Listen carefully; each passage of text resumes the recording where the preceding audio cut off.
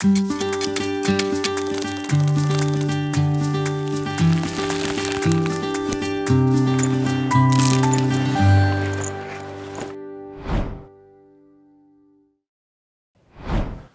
to Evangelism FAQ, a Grow video series addressing many common fears and misunderstandings about mission.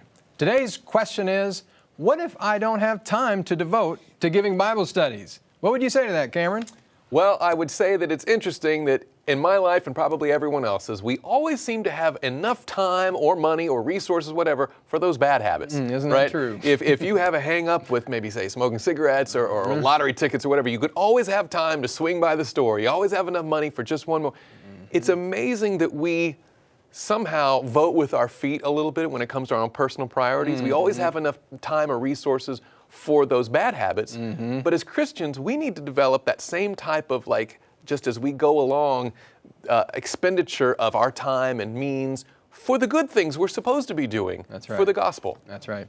I can relate to this. Before I got into pastoral ministry, I was in the corporate world for a number of years, and I was a local elder and personal ministries leader, and I always tried to commit to giving at least one Bible study per week to somebody who did not understand our message.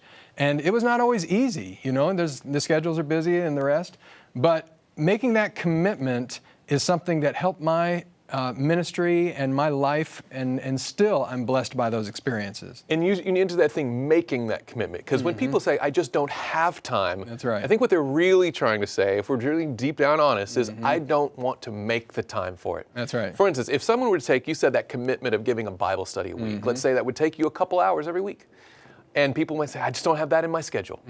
Well, I would imagine that if someone were to come along and say, I have a menial task that I need you to do, and I'll give you $1,000 for that same 2 hours, somehow that miraculous event would happen and your schedule would open up, because it would all of a sudden climb up that priority list. And I think as Christians, we need to reevaluate our priorities and say, really, where are my affections? Where are my first duties? Right. One of our early pioneers in the Adventist church, Stephen Haskell, was having a conversation with some farmers who were not sure how much time they could give to the cause.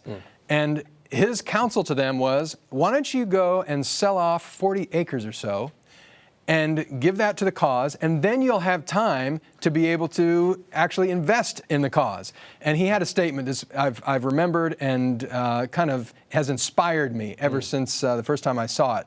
He said, if the cause in which we are engaged means anything, it means everything.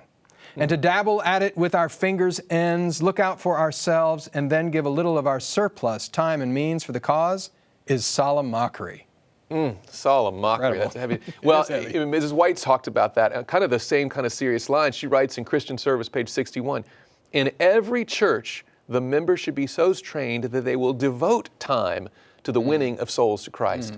That it's not going to necessarily come naturally, but if we're going to be growing in Christ, we need to learn to devote time to the work He's called us to do. That's right. We, of course, should be witnessing by the water cooler and as we go around, in our lives. But this is saying that we should actually set aside. That's what devote time means. Set aside time for the winning of souls. We would like to encourage you today to devote time for the winning of souls. Now, may the Lord bless your labors and grow your church.